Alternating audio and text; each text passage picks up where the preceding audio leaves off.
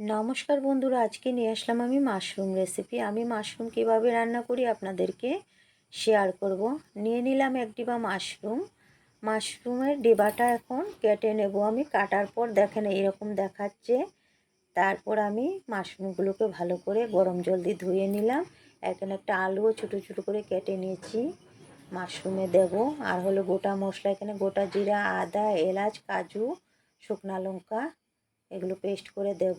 আর আলু মাশরুমগুলো ভেজে নিলাম নুন হলুদ দিয়ে লাল করে। আর এখন মশলাগুলো আমি পেস্ট করেই মাশরুমের উপরেই দিয়ে দেব। আর নামাবো না এগুলো কড়াই থেকে, এই মশলা পেস্ট করাগুলোই দিয়ে দেব কড়াইয়ের মধ্যে। পেস্টগুলো দিয়ে দিলাম নুন আর হলুদ, দেব কাঁচা লঙ্কা আর দেব সরষের তেল। তেলটা আমি এখনই দেব, কেননা আমি নামাই নেই, ভাজার পর কড়াইতেই ছিল, তাই দিয়ে দিলাম সরষের তেল আর দিলাম সামান্য চিনি। দিয়ে খুব ভালো করে কষিয়ে নেব এখন আমি।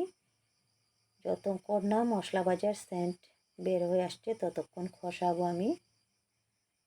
ঢেকে ঢেকে খুব ভালো করে কষিয়ে নিলাম। তারপর দিলাম এখন গরম মশলা সামান্য দিয়েছি, কেননা এলাচও দিয়েছি কিছুটা মশলা পেস্টের মধ্যে, তাই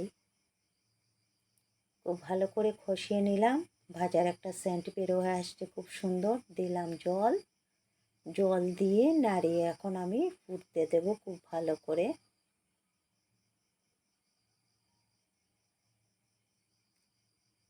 ফুটিয়ে নিলাম। এখন আমি 4-5 টুকরা আলু ভেঙে দেব, দিয়ে নামিয়ে নেব। আর কিছু দেব না, গরম মশলা তো আগে দিয়ে দিয়েছি।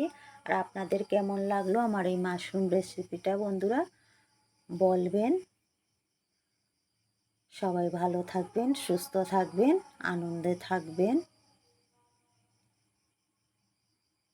বাই।